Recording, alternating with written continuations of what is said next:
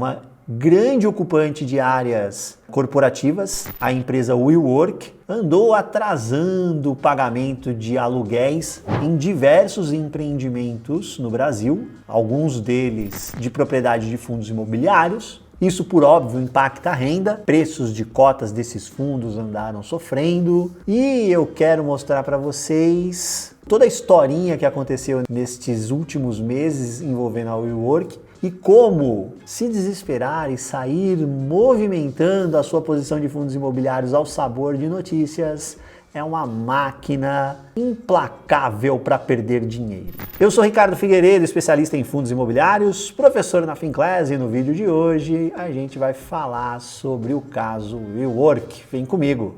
Vamos lá, pessoal, vamos começar então com o caso WeWork fechado aqui no mundo de fundos imobiliários. Primeiro, vamos entender o que é essa empresa, a WeWork, uma gigante internacional de coworking. Então, o que é atividade de coworking? Uma empresa de coworking, ela aluga ou é proprietária, mas na maioria esmagadora dos casos, ela aluga lajes corporativas, prédios, ou pedaços dele, ou prédios inteiros, elas têm preferência por prédios inteiros, prepara esse espaço corporativo para alugar para outras empresas. Então note que a empresa de coworking, é a locatária, mas não utiliza o espaço corporativo. O negócio dela, a razão dela existir, é pegar este espaço e deixá-lo pronto para utilização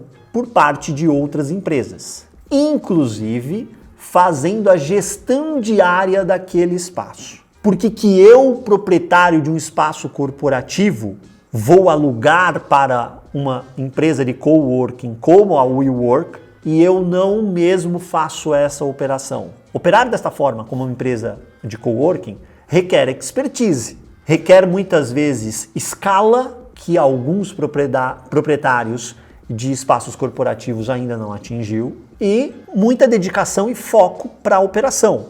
Eu, proprietário, quero receber aluguel daquele espaço. Ora, se tem uma empresa querendo alugar o prédio inteiro, resolveu minha vida. Ela topa pagar o que eu quero? Topa. Fechei, resolvi minha vida, um contrato só para eu tomar conta. Ela vai estar cuidando do dia a dia do prédio, uma responsabilidade a menos para mim, para o proprietário. Então, vantagem para o proprietário. Para a empresa, ela tem lá um grande espaço em que ela vai preparar e ela tem escala para barganhar junto a empresas que vão cuidar de mobiliário, de preparação, de infraestrutura e mesmo da operação do dia a dia. Como ela tem muita escala, muita ABL, em que ela toma conta, ela é a locatária, mas ela toma conta, ela consegue barganhar ótimos preços para fazer isso. Para a empresa que está alugando do coworking, ela tem interesse para além do espaço corporativo. Ela quer a facilidade do coworking, que é simplesmente poder chegar lá no espaço e operar, sem se preocupar com internet, recepção, controle eletrônico de agendamento de salas de reunião, sem se preocupar com nada disso, sem se preocupar com documentação de regularização do prédio, não, ela não tem que se preocupar com nada disso. Tudo isso está a cargo de quem? Da empresa de coworking, IPTU, ela não tem que se preocupar com isso. Muitas vezes, valor de condomínio, ela nem sabe quanto, tá tudo embutido, né? Ela tem um grande boleto ali para pagar para essa empresa de coworking, pronto. Ela chega para operar, tá tudo bonitinho, layout certinho, do jeito que ela queria. Dependendo do tamanho da operação, ela consegue até barganhar alguma adaptação específica para o negócio dela, mas no geral ela quer essa facilidade. Então, na teoria, é um negócio bom para as três partes. E a WeWork vai ganhar dinheiro como? Com esse diferencial desse aluguel a mais que ela consegue cobrar desta empresa que não quer ter a dor de cabeça da operação, de ter que se preocupar muitas vezes com layout, enfim, né? A empresa não quer se preocupar com isso. Ela sabe que o valor talvez vai ser um pouquinho mais elevado ali por metro quadrado. Mas no final do dia, como ela vai poder focar na operação dela e ela tende a ser muito mais rentável focada naquilo que faz ela ganhar dinheiro de verdade, para ela tá ótimo, segue a vida. Então, os três ali, teoricamente, podem conviver em plena harmonia. Só que aí, quando chegou em junho de 2024, o mercado começou a ser surpreendido com fatos relevantes ou comunicados ao mercado, que são documentos aí que os fundos de investimento, as empresas, enfim, disponibilizam ao público geral, a todo o mercado, não é só aos cotistas, a todo o mercado, ainda que o foco sejam os cotistas, informando que a nossa querida WeWork estava inadimplente de suas obrigações de aluguel. Em alguns casos era informado que ela estava pagando condomínio, IPTU certinho, mas aluguel não estava pagando, nada. Então, basicamente, 5 fundos imobiliários multiativos do segmento de escritório reportaram inadimplência da WeWork. O TRNT11, fundo de gestão da VBI, o Vino11, fundo de gestão da 20 Partners, Sari11, fundo de gestão do Santander. Esse ainda é quase 100% escritório, ele tem um galpãozinho ali, uma galera chama ele de híbrido. Eu ainda acho que ele é muito mais um fundo de escritório, tá? O BRCR11, famoso BC Fund também, uma alocação da WeWork no Rio de Janeiro. E o RCRB11, fundo de gestão da Rio Bravo, também reportando inadimplência da WeWork. Aqui fica o puxão de orelha deste analista para o gestor administrador do BC Fund, o BRCR11, que é BTG, porque não soltou o comunicado ao mercado nem fato relevante, esperou sair o relatório gerencial para colocar um informativo ali em 4 linhas. É importante deixar claro que este zelo em informar com tempestividade esse tipo de evento aos cotistas é algo importante e deve estar no seu foco de análise, investidor de fundo imobiliário. Então fica o puxão de orelha para o BTG, os demais soltaram ali informações, fatos relevantes ou comunicados ao mercado, poderia ter feito isso também. Comunicou no relatório gerencial, beleza, muito bem, obrigado, mas poderia ter feito com maior tempestividade. Enfim, a turma reportou. O mercado olha, será que foi caso isolado? Chama a atenção um movimento coordenado, então não ficou inadimplente em um único fundo, em um único prédio. Porque às vezes acontece isso, porque a empresa quer forçar uma renegociação naquele contrato específico. Todos os outros seguem normalmente, mas não. Foi um negócio mais espalhado. Será que foi só um mês? O mercado, neste primeiro momento, acende a luz amarela. Será que teve algum problema operacional? Já vimos isso acontecer, né? Atrasa ali alguns dias, depois regulariza. Só que no mês seguinte, novamente. Então, os aluguéis de maio, junho e julho, um outro caso, agosto, acabou pegando também, aí depende muito do prazo de vencimento, acabaram não sendo pagos na data.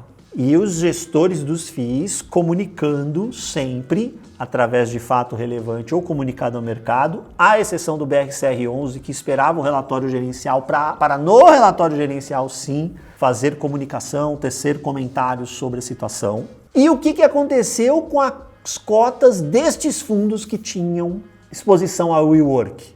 Sofreram, caíram, e aí a gente começa a analisar, será que sofreu mais do que os pares, porque a gente está vivendo um período mais difícil para os fundos imobiliários. Na mesma janela, a gente observava as ações sofrendo, os outros fundos imobiliários também caindo. Então, será que a queda que esses fundos tinham nas suas cotas estava em linha com o mercado, estava caindo mais, estava caindo menos? O que estava acontecendo? E que medidas os gestores iriam tomar para defender os interesses dos cotistas? Fato é que observamos que ali em meados de agosto, setembro, pelo menos 2 fundos imobiliários soltaram informação de que impetraram ação de despejo para o WeWork. Foram eles o Vino11, gestão 20 Partners, e o Rio Bravo Renda Corporativa, RCRB11, gestão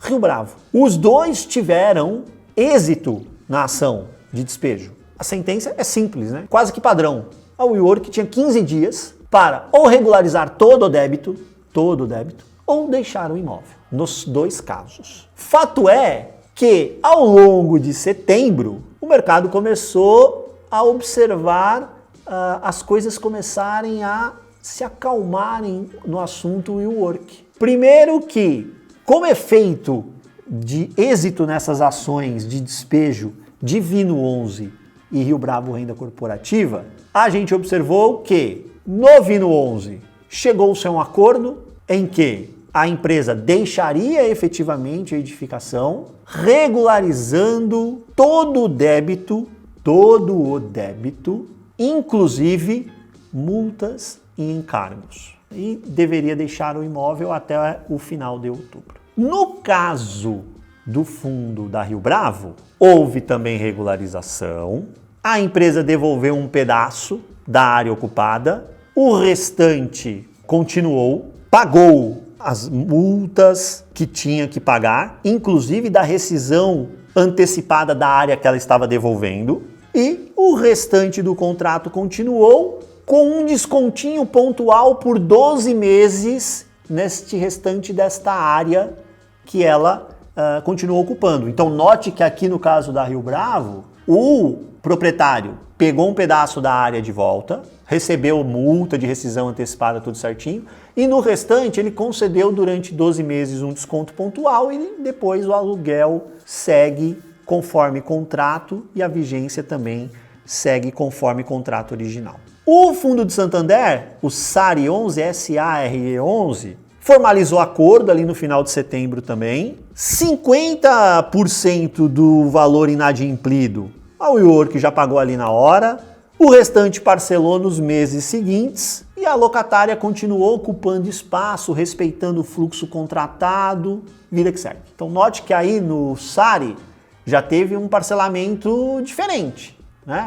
Pagou metade agora, a outra metade vai pagar parceladinho, num curto espaço de tempo mais parcelado e o contrato vida que segue. O Torre Norte foi onde a gente teve uma situação um pouquinho diferente, né? A WeWork continua ocupando o espaço que estava e os valores que estavam em aberto, um pedaço recebido ali à vista, restante 8 parcelinhas e o contrato daquele ponto em diante sofreu uma revisão de tal forma que a WeWork vai pagar menos aluguel. Então o fundo receberá menos aluguel daquele ponto em diante. Fato é, os valores inadimplidos foram recuperados. A gente teve aí um dente de alguns meses na renda efetiva destes fundos, mas os valores inadimplidos foram recuperados. Agora observe comigo essa tabela que eu preparei, para a gente compreender como reagir à notícia é algo negativo para o investidor de fundo imobiliário. Eu preparei essa tabela com o retorno total dos fundos, de 10 fundos de escritório. Eu comecei aqui com essa tabela no dia 15 de junho, por quê? Porque ali, nessa data, a gente começou a ter as notícias de inadimplência da WeWork. O primeiro foi o Torre Norte. E por que eu parei no dia 16/10? Porque era a última informação que eu tinha antes de gravar esse vídeo. No lado esquerdo, eu tenho Vino 11, SARE 11, TRNT 11, BRCR 11, RCRB 11, ou seja, a turma com o WeWork. Por isso que tem esse cabeçalho aqui, com o WeWork. Retorno neste período dessa galera aqui. Quem caiu mais foi o Vino, 28%. Quem caiu menos foi o RCRB, 7,9%. Na média, essa galera caiu 14,5%. Na média. Mas teve gente que caiu 7%, teve gente que caiu 28%. Algo ali entre 11 e 14 foi o recheio, o meio dessa turma. Foi mais comum, a moda. A turma que não tem o WeWork é do segmento de escritórios, privilegiei portfólios multiativos e não tem o WeWork. PVBI, HGRE, JCRE, enfim. Não teve dor de cabeça, não teve relato de dor de cabeça com o WeWork. Eu tenho PVBI com 8, HGRE com 4 de queda, JCRE com 3,5, 2% do TPP e o FATN foi positivo em 0,71 nessa janela. Até positivo a gente teve. Se você observar, o PVBI, que foi o pior aqui, ele foi pior do que o melhor que tem o WeWork. Só. Todos os outros aqui que tem o WeWork foram piores do que qualquer um deste lado aqui. Na média, essa galera que não tem o WeWork, na mesma janela, caiu 3,5. E detalhe, essa queda de 3,5% foi puxada pelo PVBI, que na humilde opinião desse analista tem o melhor portfólio dessa turma, observando localização dos ativos e qualidade das edificações. Essa turma que não tem o WeWork caiu 3,5%, a turma que tem o WeWork caiu 14,5%, ou seja, quem tem o WeWork caiu mais de 4 vezes na mesma janela do que quem não tem o WeWork. Mais uma vez, a despeito de estarmos numa janela que foi difícil para ativo de risco, que foi difícil para fundo imobiliário, difícil para fundo de escritório, me parece muito claro que a turma que tem o WeWork foi mais penalizada. E olha que interessante, a turma que saiu vendendo isso daqui entregou a cota num preço ainda mais baixo, sem receber essas receitas inadimplidas, porque estavam todas em aberto. E quem entendeu que este movimento parecia exagerado, comprou essas cotas com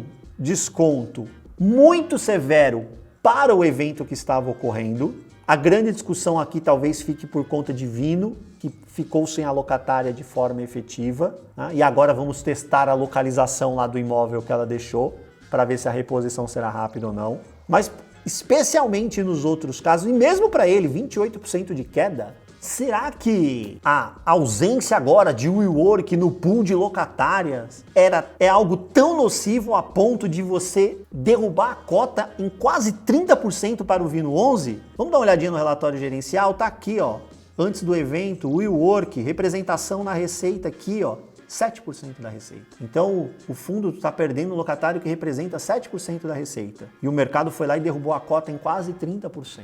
Existem outros aspectos que tem que ser analisado, o momento. A gente está vendo que está todo mundo caindo aqui, mas me parece mais uma vez que há fortes indícios de uma reação exagerada. Operar ao sabor de notícias é uma máquina de fazer o investidor perder dinheiro. A gente precisa mergulhar nas informações e entender. Da mesma forma que eu fiz com o Vino para entender a materialidade do WeWork, a gente pode fazer com os outros fundos, que no Rio Bravo Renda Corporativa, apesar de não estar aberto por locatário, a gente vê aqui, ó, coworking 19%, então no máximo é 19% o WeWork. Tem outra empresa de coworking aqui dentro. No BRCR, veja que este 51,4% é outros. O que a gente interpreta aqui? 21% é Petrobras, aí você tem 10% de Samsung, 6,6% de Cargill, 5,9% do INPE, Via Varejo 4,5%, e depois 51% são outros locatários, e nenhum desses locatários tem mais do que 4,5%, porque se tivesse estava aqui aberto. Ou seja, o WeWork aqui dentro tem uma materialidade também menor. SARI,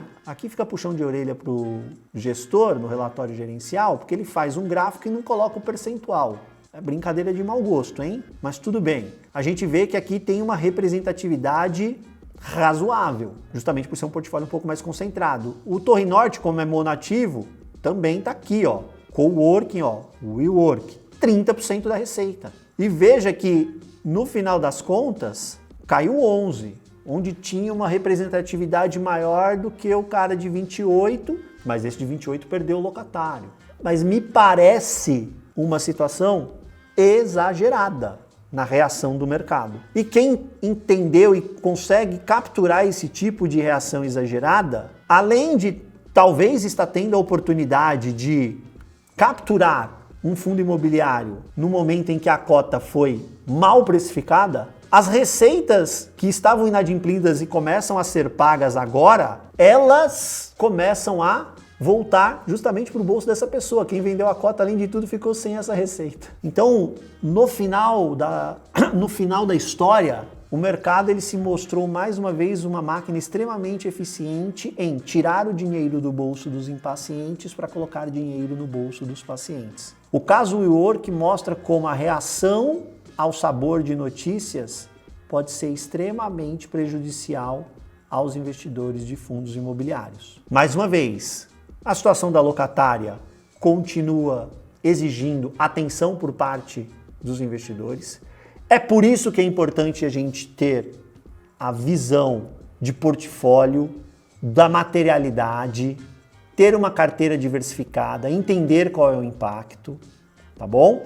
E, mais uma vez, quando a gente investe em fundo imobiliário, inadimplência e vacância são elementos que vão fazer parte da nossa vida como investidor. Tá? Nenhum imóvel foi projetado para estar 100% ocupado em 100% do tempo. Nenhum. Se um imóvel só para em pé desta forma, ele não deve ser construído. A gente precisa incorporar esse racional quando a gente investe em fundo imobiliário. Eu acho muito interessante porque alguns investidores de fundos imobiliários também têm imóveis físicos, um apartamento alugado. E aí, se o locatário fica inadimplente 1 mês ou 2 meses, será que ele aceitaria vender aquele imóvel por 20% ou 30% abaixo do valor que seria talvez o valor justo daquela edificação? Ele se sentiria ofendido, inclusive. Eu deixei de receber 2 aluguéis e você quer que eu venda o imóvel 20% mais barato? Mas com o fundo imobiliário ele não tem o pudor de vender a cota nessa situação.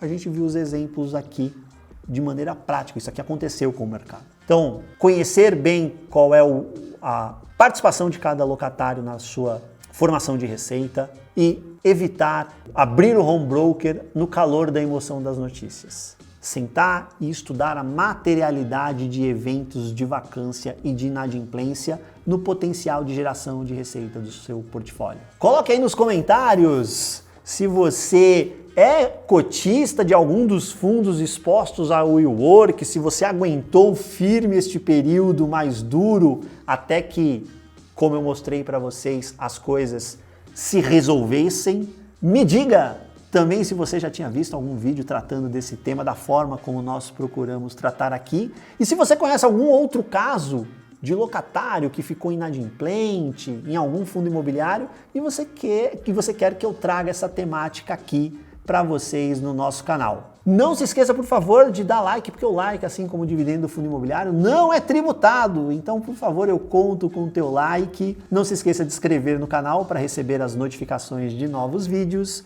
E eu te espero no próximo. Um grande abraço.